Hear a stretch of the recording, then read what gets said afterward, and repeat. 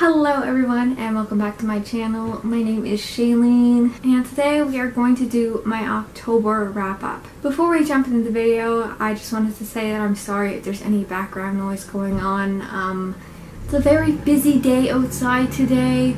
Yeah, I kind of struggled to film lately because I haven't been feeling the greatest, so we're just going with it. So in October, I read 9 books and I DNF'd 1. So without further ado, let's just jump into the October wrap up.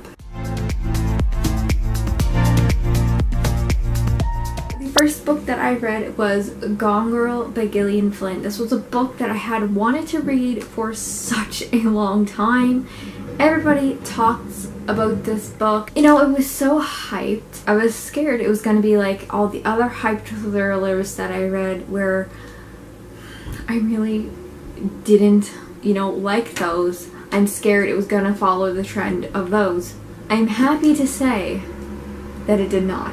Basically, this is a psychological thriller and it involves the marriage of, I believe it's Amy and what's the guy's name?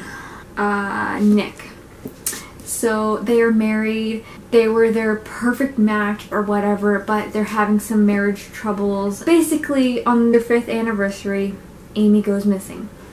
And the police immediately begin to suspect that she was kidnapped or something happened or she was possibly murdered, and that Nick is behind it all. Amy's hiding some secrets and she may not be the most perfect person that everyone thinks she is. So yeah, oh my god, this book. Out of all the thrillers that I have read this year, this is probably the one that I like the most. At least psychological thriller. I was not prepared for how engrossing this novel was going to be. Typically, I'm not a fan of psychological thrillers. Sometimes they can be mundane and boring, and I just want to get past the boring life drama stuff and get on to the good bits.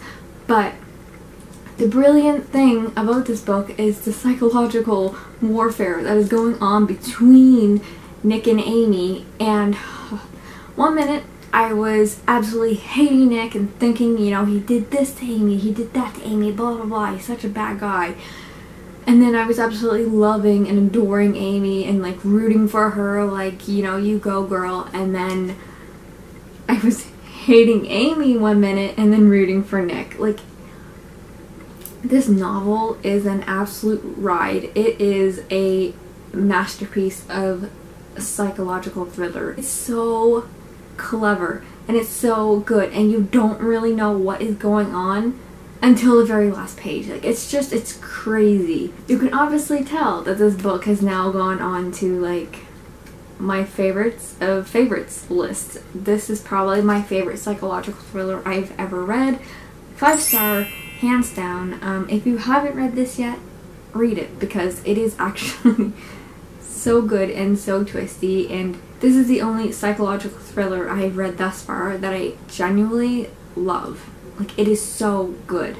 Also, I watched the movie. The movie is okay, but the book is so much better. Okay, and the next book I read was an ebook. I read Song of Achilles by Madeline Miller.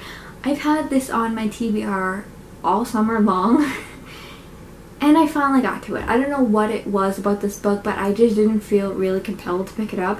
But as soon as I picked it up and start reading it, I was sucked in. It's basically about the story of Achilles and how he goes to war, and then Achilles and his companion slash lover Patroclus. So I did not know there was going to be a heavy romance aspect when I picked up this book. I thought it was just about Achilles and war. But I didn't mind the romance. I actually enjoyed it. Which is, I don't say that often with romance in books, but I actually really love the romance in this book. It was so good, it was so genuine, it was so sweet. I loved it. If you know anything about Achilles and, the Trojan War, then you know what happens to Achilles. But yeah, it was a sad book. I did almost cry. It was close. It was very sad. But And the writing of this book is absolutely beautiful. It's so lyrical. It's gorgeous, lush writing, and I love Madeline Miller's writing. So yeah, I actually really enjoyed this one, and I gave it a 4 stars. The Handmaid's Tale. So this was a reread for me. I read this probably around the same time last year. I read this in preparation to read the Testaments. I'll talk about it after this one, but I just wanted to, you know, kind of get my thoughts on this book since I did reread it. So last time when I read this book, I had troubles with the writing style. It did not mesh well with me. I found it hard to get into the book and into the characters, and I was left feeling kind of, you know, underwhelmed by the writing and the story. Like, I thought it was going to be amazing and blow my mind kind of thing, but it wasn't. This time around, when I read it, I knew going into it what the writing was going to be. So I was able to enjoy the book and the story much more, but I still don't love the writing of this book. I mean, obviously the story is just, you know, mind-blowing and scary for anyone with the uterus. I would say this is an instance where I love the TV show much more than the book. I did end up rating this a 3-star after I was done with it because I did like the book slightly more than last time I read it, but if I were to reread this again, I don't think I would ever budge from a 3-star. And then, of course, the next book that I read after that was The Testaments by Margaret Atwood, which obviously is the sequel to The Handmaid's Tale. So, going into this book, I knew nothing about what the story was going to entail. All I really knew was that we were following the perspectives of like 3 or 4 different women. And I obviously do not want to give the plot of this book away, but oh my god, there are so many twists, there are so many turns. June is connected to these characters in some way. So yeah, it's very interesting. And in this book we learned so much more about the, you know, kind of political climate of Gilead and its structure and all its inner workings and the good, bad, you know, the good guys and the bad guys, and there's not really any good guys in Gilead, but you know what I mean. It was interesting to read about that world and get more of a deep dive into it, since in The Handmaid's Tale we really did not get that. The only thing I was let down by was that we didn't get more June. Like, June is briefly mentioned in the story a few times, and then characters like Moira, Luke, and what's his name, Nick, they're not mentioned in the story at all. Like, there's no conclusion to those characters, which I would have liked to see something. Maybe it's in the TV show. I haven't watched the 3rd season of Handmaid's Tale yet. I have to get a subscription to Crave. But yeah, overall, my god. The writing in this is wonderful. It's not stiff like The Handmaid's Tale. These are all kind of told in the way of like testimonies, written records that these women have taken down of their account of either living in Gilead or having dealings with Gilead. And it's amazing. The twists and the turns that happen in this, and the surprises and the revelations. So yeah, I really love that book. I was surprised I loved it as much as I did, because considering, you know, I didn't like Handmaid's Tale as much, but man, the sequel definitely is amazing. You should totally check it out. It is so good. And I'm really hoping that they make a TV show out of the Testaments. I would absolutely love that. I know they're supposed to have like a 4th season of The Handmaid's Tale, but once The Handmaid's Tale over, they need to do the Testaments, because I need that. It would be amazing. So yeah, obviously this is a 5-star. One of my favorite books of the year. Okay, so I also read an ARC this month. I received it from, let's see, Entangled Teen Publishing via NetGalley. This book is called Sick Kids in Love by Hannah Moskowitz. It's a story about 2 sick kids who are in love, and the whole tagline of this book is "Nobody Dies." This is basically about Isabel. She's a 16-year-old Jewish girl who has rheumatoid arthritis. She goes to the hospital to get an infusion, and there, while getting her infusion, she meets Sasha, a teenager who's also sick, except he has a disease that she's never heard of, Gaucher's disease. And then, you know, Isabel is kind of enamored with Sasha and his good looks, and they become friends, and then they start dating, and, you know, they share anecdotes surrounding illness and their life with illness, and Isabel kind of struggles with her whole no dating rule. So, of course, if you've watched my channel, you know I've mentioned briefly that I have a chronic illness myself. I got sick at a really young age. I got sick when I was 13. So I basically lost all my teenage years due to illness. I didn't have really the normal teenage experience because I had like no experience. So I felt like maybe I could relate to this book in some way. The only part that I related to this book in any way or really enjoyed the story was the anecdotes about illness. The characters talk about many times in the books, especially Isabel. They talk about, you know, the pain and fatigue surrounding their illness, and, you know, healthy people kind of not understanding that and everything that goes with that. They talked about, you know, not really worrying about not looking sick enough and people judging them for using mobility devices like canes, walkers, or wheelchairs, which I myself really struggled with when I became ill. And yeah, it's just, you could check out my review on Goodreads. I go a little bit more in depth, but overall with this story, my main issue was that it was boring. These characters, other than their illness, and I'm not saying, you know, you're more than just your illness, blah blah blah, because like literally my whole life is my illness. I totally get it. I felt like these characters were kind of boring. It was, to a point, they kind of annoyed me, and it's not because they're sick, obviously. It's just I did not connect well with them as people. I guess more like as teenagers.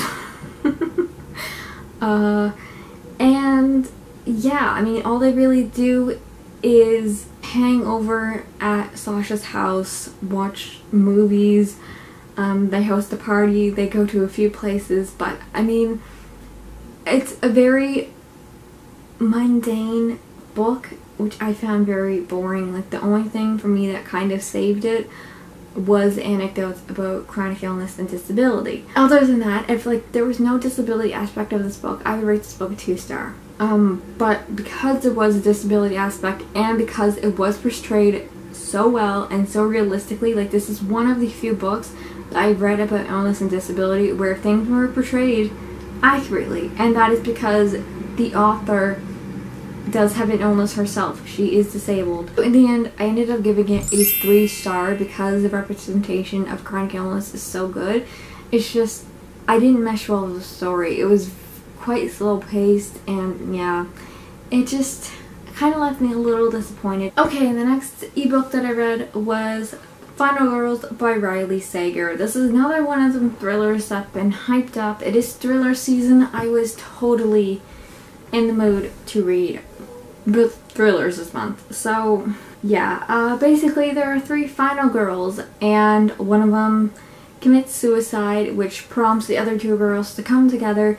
They previously did not have contact or a relationship, and then pretty much all hell breaks loose because one of the other final girls kind of becomes suspicious of the other one, and all the while this is kind of told on a dual timeline. You have present day, but then you also have the past with our main character Quincy, you know, going through the day that the massacre occurred. I thought this book was going to be much more of a slasher movie, violent type of book. I did not realize that we were going to have the relationship of Sam and Quincy and have them together, and then you know, total chaos, which, I mean, some things happen, but like the only thing that was holding me to this book were the flashbacks, because obviously that was like the day where the massacre took place.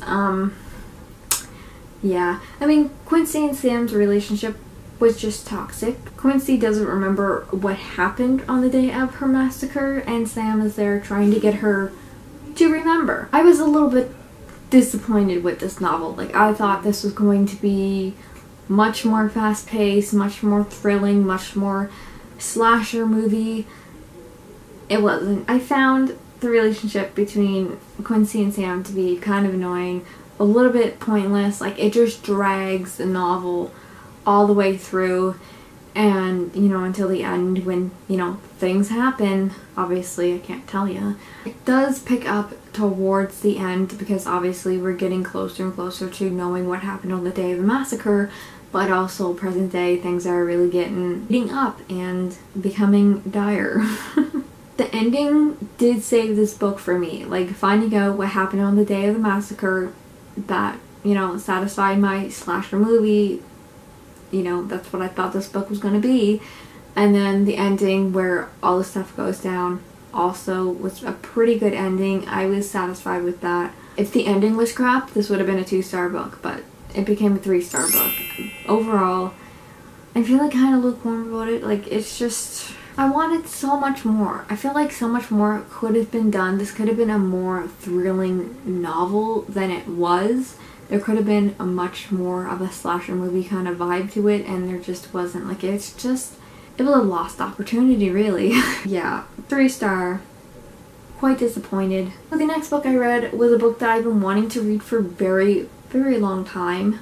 This is Picnic at Hanging Rock by Joan Lindsey. I read this like 2 weeks ago now, and I barely remember anything about it. I mean, I did read it in one day, so that's probably the reason why, but like, it's a really short book. It flew by. There was mystery. There was just great Australian atmosphere. The writing of Joan Lindsey's books is amazing. I love her writing style. It's so atmospheric and kind of eerie and foreboding. I loved it. But I'm so confused about the mystery in this novel. Like, what actually happened to the girls, we don't know. There's supposed to be a deleted chapter that you can purchase separately, but it was like $3.99 in Apple, and I'm like, I'm not spending that on one chapter. So yeah, I don't know what happens in the end. It felt like it was kind of more of a supernatural kind of ending instead of more of a crime kind of ending. I did find the story to be quite enjoyable, and it is something that I probably reread again because it is so short and I love the atmosphere of it. Yeah, I think I will actually check out more Joan Lindsey's books because I like this one quite a bit. I gave it a 3.5. In the end, I did kind of feel lukewarm about it. Like, thinking about it now, I hardly remember anything that really happens. It's probably a 3-star to a 3.5. Like, I enjoyed it when it ended. Now, time for the book that I DNF'd this month. The Girl on the Train by Paula Hawkins. So, this is a psychological thriller. It was October, thriller season. I wanted this to be, you know, so thrilling and heart-pounding and page-turning. Oh my god, this book is such a freaking snooze fest. I struggled to get through 100 pages of this book. So hard. I struggled so hard. Yeah. Oh my god. So first of all, the issue that I had with this was the diary entry style of this book and the way that it's written. And you had the perspective, obviously, of two girls. First, of the girl who's, you know, an alcoholic, crazy, her life's falling apart. And then the second girl who is, you know, having kind of relationship problems, and then she goes missing, / is ended up murdered or whatever. But I never actually got to that part because I couldn't put up with it. It was so boring. Okay, the thing that I have the most trouble with when it comes to domestic thrillers is that they're so boring. They are so boring. I don't care about your boring life and your relationship and whether or not you should leave the art studio or whatever. Like, I don't give a crap. All I want to know is what happened to the dead girl. But when you're left to slog through, you know, like 150 to nearly 200 pages and only get to the end, to the thrilling parts, I'm not willing to put up with it, especially when you're so boring that I want to throw you across the room and burn you. This is so mundane. Oh my god, it was too boring for me. I got to 30% through this book. Like, I got to 100 pages, and then I went and I flipped ahead to like 200 or so pages, and it's still incredibly boring. I can't understand how this book was so popular that it got made into a movie. Yeah, not for me. I really hate it. I'll probably unhaul this at some point. So, in the end, I did review this. I gave it 2 stars. I think if I read 100 pages of a book, I'm allowed to have an opinion on it. But it was boring. If any of you want to spoil the ending for me, please let me know.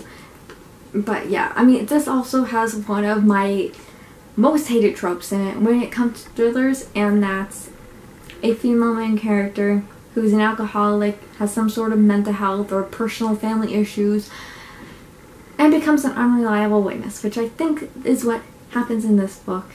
I have the movie, so maybe I'll watch it. Haven't gotten around to it yet because honestly, yeah. And now on to a more positive review of a book. I read Deep Freediving, Renegade Science, and What the Ocean Tells Us About Ourselves by James Nestor. I've been wanting to read this book all summer, so I finally read it, and oh my god. This book blew my mind. You guys know I love nonfiction, and this is one of those books that is one of the reasons, like, this is why I love nonfiction, because I'm such a nerd, I'm such a science freak, I love the ocean. Like, this book blew my mind. I learned so many things that I had no idea about, and oh my god, this book was so good. It was so good. Obviously, it's one of my favorites of the years. So basically, let me calm down. We talk about freediving in this book, and freediving is a sport. If you don't know, like, look it up on YouTube. It's incredible, it's crazy, it's wild. So it's basically where you hold your breath and people dive down to like 250, 300 feet underwater and then come back up the surface, and you know, it's a competitive sport. It's very brutal, it's very, very dangerous. But freediving is also used for other things. It's used by scientists who are studying the ocean, who wants to get close to certain animals that are easily scared off by scuba. But yeah, oh my god. So basically we learn about the body processes in which the body is able to support freediving, and all these things that make it possible for the human body to even do this, and how it will be impossible to go past, however, you know, a certain amount of feet underwater because our bodies physically cannot handle it. Like, once you go down under 300 feet, your lungs literally shrink inside of you when you're holding your breath.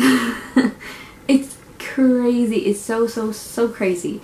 So yeah, and then the author goes to the South Pacific, to Reunion Island, where they were having a bunch of bull shark attacks, and they didn't know why they're having all these attacks. So he was going there and, you know, talking to these shark scientists to try to figure out what they're doing and all that. And it gets into shark science, but then while he's there, he also meets with another scientist who is working with dolphins and sperm whales to try to decode the cetacean language, which, you know, dolphins are able to communicate with one another through clicks, and whales with songs, and also sperm whales, it's more of a clicking too.